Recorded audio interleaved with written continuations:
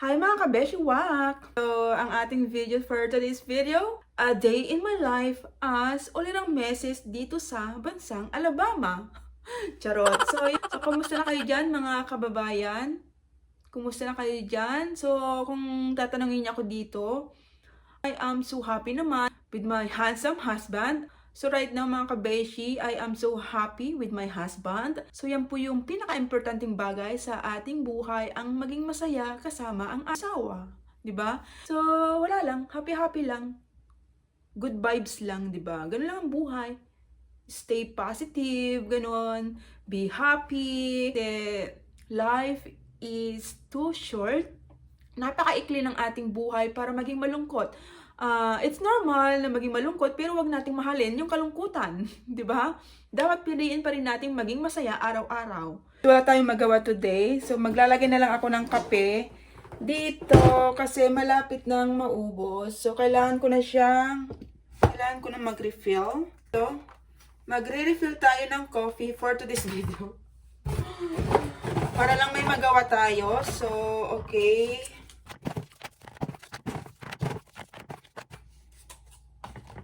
So, dito sa side na to is decaf. Ito yung kape ko, decaf kasi nag-stop muna ako magkape ng regular na coffee kasi ina-acid tayo. So, yan. Okay, so puno na. Tcharan! Ayan. Puno na siya. So, ngayon naman, ang susunod natin gagawin mga kabeshi, sasayaw ako sa labas. Charot. Ayan. Tapos, ngayon, siguro, gagawa tayo ng gagawa ko ng avocado toast. Ayan, ito yung aking avocado. Mukhang luto naman siya, ayan. Sobrang liit. Ganito po yung proper na pagtanggal ng buto. Ganyan siya. Oops. Ayan, di ba natanggal siya? And then, syempre, itapon natin to. Ayan. So, alam nyo ba na paborito ko ang avocado? So, ngayon, alam nyo na, no? Pakialam nyo ba? So, pakialam nyo ba?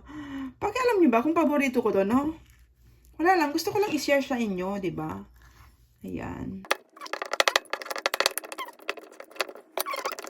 Tapos, lagyan natin siya na asin. Ayan. So, konti lang. Tapos, pepper, black pepper, ganyan. Konti lang mga kabeshi. Tapos, syempre, haluin natin ng ganyan. Parang tayo ng bata. Charot. Ayan, kung gusto niyo pang durog na durog, hindi durugin niyo lang. More durog, more fun, di ba? So, okay. Lalagyan na natin yung tinapay dito. Yan. Yan. Hintayin lang natin siyang lumundag ng ganyan. Lulundag din yan. Tapos, habang nagtutosta tayo ng tinapay, gusto ko lagyan ng itlog. So, magpiprito tayo ng itlog. Yung parang hindi siya masyadong luto. So, kunin natin yung itlog dito. Isa lang. Yan. Oh. Kunin na natin tong ayan siya. Lagyan ko lang ng konting paminta. Ayan mga kabeshi. Lagyan ng, then konting asin. Like that. Okay, that's enough. Wait lang. More. I want more. Okay. So, ayan siya. Mukha siyang masarap, no? Kain!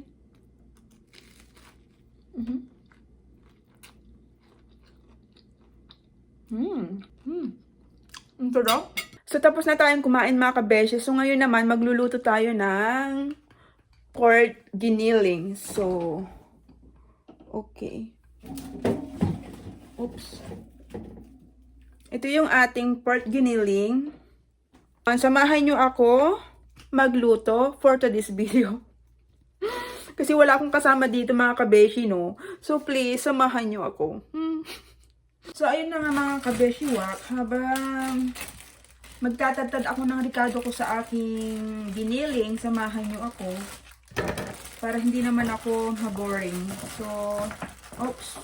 Ganito yung dito, yung nabili kong, ano mong tawag dito? Ganito yung nabili kong carrots. Ang liliit. Ito sa sa bansang Alabama, alay ko, bihira lang yung bus dito, no? So, dumadaan yung bus dito, malapit sa amin. every 30 minutes ata. Tapos, kunti lang yung yung mga sumasakay dito. Kasi kalimitan kasi dito, mga beshi is may sasakyan. So, yung sasakyan dito, kapag may sasakyan ka, hindi ibig sabihin ay sobrang yaman ka na, no? Hindi katulad sa atin na kapag mayroon kang sasakyan, ang tingin ng mga ibang tao is, wow, may sasakyan si Beshi, ang yaman, ganon. Pero dito naman sa bansang America, or sa Amerika, is, kailangan talaga ng mga tao dito ng sasakyan. Hindi man yan magara, ganon. Ang importante is may sasakyan sila kasi kailangan nila yun sa kanilang trabaho, ganon. Tapos dito, wala pa akong nakikitang mga naglalakad dito, no. So, siguro one day, mag-try akong gumamit ng bus dito kung anong feeling. Kaya lang kasi nahihiya pa ako kasi nga, bago pa ako dito. Mahihayin ng putik. So, yun na nga. So, babalitaan ko kayo kung sasakay ako ng bus. Sama ko kayo. So, yun. Tapos, yung taxi naman dito, kailangan kapag sasakay ka ng taxi, tatawagan mo sila. Hindi katulad sa atin, sa bansang Pilipinas, napakalat-kalat yung mga taxi doon. Dito naman, hindi. Wala kang makitang pakalat-kalat na taxi. Ganon. Tapos sa train naman, ang alam ko may train sa dito sa Alabama, diyan sa may Birmingham Station. Yon. Kapag gusto mo ng New York at ayaw mo mag-eroplano, pwede kang sumakay ng train papunta sa New York City. Ganon. Tapos alam niyo ba kung ilan yung Filipino dito na nakatira sa sa Alabama? Based on my my resort, ganon. Nag-research pa ako para sa inyo. Pakialam niyo ba? Pakialam niyo ba kung ilang Pilipino nakatira dito? So, anyway, gusto ko lang i-share, 'di ba? Kasi nga wala akong magawa. So, kwentuhan muna tayo. Ngayon, ang mga Filipino dito is nasa more than 5,000 katao. Yun, hindi siya masyadong marami. So, ang pinakamaraming Filipino is sa California. Ayun, nagkalat yung mga natin doon, kabayan. Kaya siguro pag pumunta ka doon sa California, 100% is may makakasalubong kang kabayan, no? So yun, malaki yung kaibahan ng bansang Amerika sa bansang Asia, katulad sa atin, sa Pilipinas, or sa may Taiwan, di ba nga? Kasi nga, di ba nga, sa Taiwan kasi, kapag pumunta ka ng Asian store, 100% maraming kabayan ka doon na makikita. Dito, wala, bihira. Pahirap. Pahirap pang magkaroon ng katsismisan ditong Filipina. So, yun. Ganon yung kaibahan dito. Tapos wala kang nakikitang nagchichismisan sa labas. Alam mo yun? Minsan pasilip-silip ako dyan sa labas. Tinitignan ko kung may nagchichismisan at makisali ako. Charot. So yun. Kahit Saturday and Sunday, wala akong nakikitang nakatambay dyan sa labas. Bihira lang. 'Di ba? Hindi katulad natin dyan sa Manila, no? Paglingon mo, wow, ang daming kabayan. Charot. Na kahit sa ang sulok, talagang nagkalat yung Pilipino. Malamang nasa Pilipinas ka eh. Magtaka kung ang nagkalat dyan is mga mga Chinese. So yun, mga kabeshi, hindi ka sanay, walang kachismisan, siguro maboboring ka. Ako naman, hindi naman ako naboboring kasi, di ba? Minsan nga vlog-vlogan tayo, ganun. Basta may internet, okay na sa akin. Yun nga lang, syempre, namimiss ko yung everyday routine ko sa Pilipinas noon. Namimiss ko na yung mag-reban, ganun. Namimiss ko na yung sumakit ang balakang, sumakit ang braso, sumakit ang batok. O ngayon, Disney princess tayo ngayon. Charot. So yun lang guys, yung aking buhay dito. So far naman, I'm so happy with my husband. Yun.